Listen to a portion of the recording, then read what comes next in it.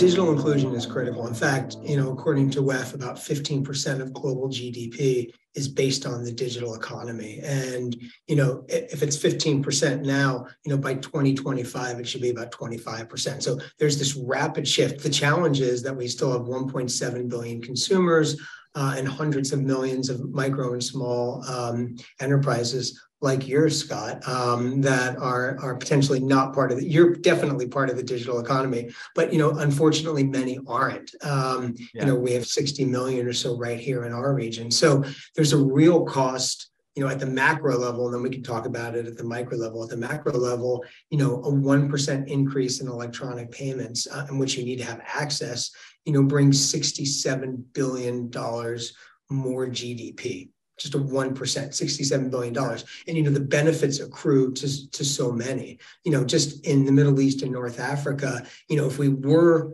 just to have a thought starter, immediately get everyone to universal access in the Middle East and North Africa, in the, really least developed economies, in 20 to 25 years, it would increase the per capita income in these economies by 40%. Which seems the perfect opportunity to bring you into this, Amir, again, and get your thoughts around this. Yep. Inclusion and financial inclusion being transformational. So let me just give you some context as to where I am in Pakistan, right? So we're a large country, right? We're a huge country in terms of population. But if you think about it, it's young and it's growing, right? And so just to give context, roughly 60% of the population of this country is below the age of 30. Right? And over a third is below the age of 18, right? And we're growing at about 2% plus year on year. And not only are we growing, there's a huge unbanked population. The women in the workforce in the formal economy is less than 20 or 25%.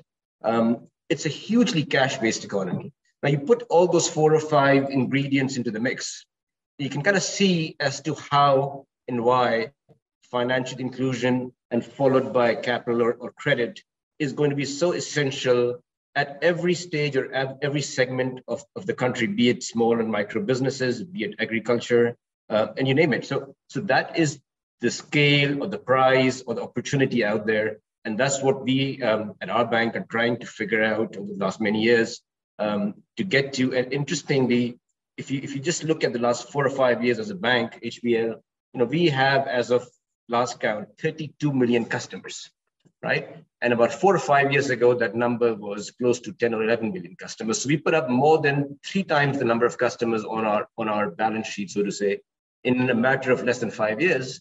And all that has happened digitally. And so the next stage in this evolution really is, it's not about just stopping the inclusion, it's about adding to the inclusion. And what Andrew was saying earlier, giving the credit and the access to finance and connecting people to marketplaces. I think that's the next big thing that we need to work on. It's going to be a long journey, but that's the next thing on the agenda, so to say.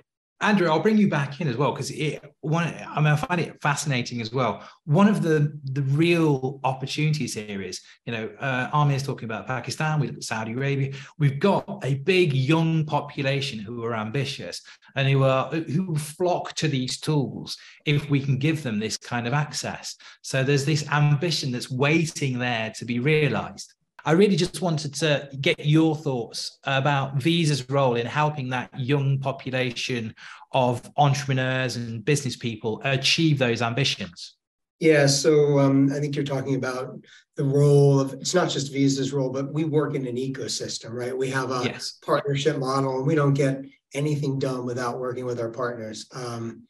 Honor and HBL are a really great example. We work with over 15,000 financial institutions across the globe. So we work with and partner with them, and some of the things that HBL is doing, we're privileged and honored to help power. So working with our partners is critical. Payments is a local business, so we want to work with those who are supporting the consumers and merchants out there.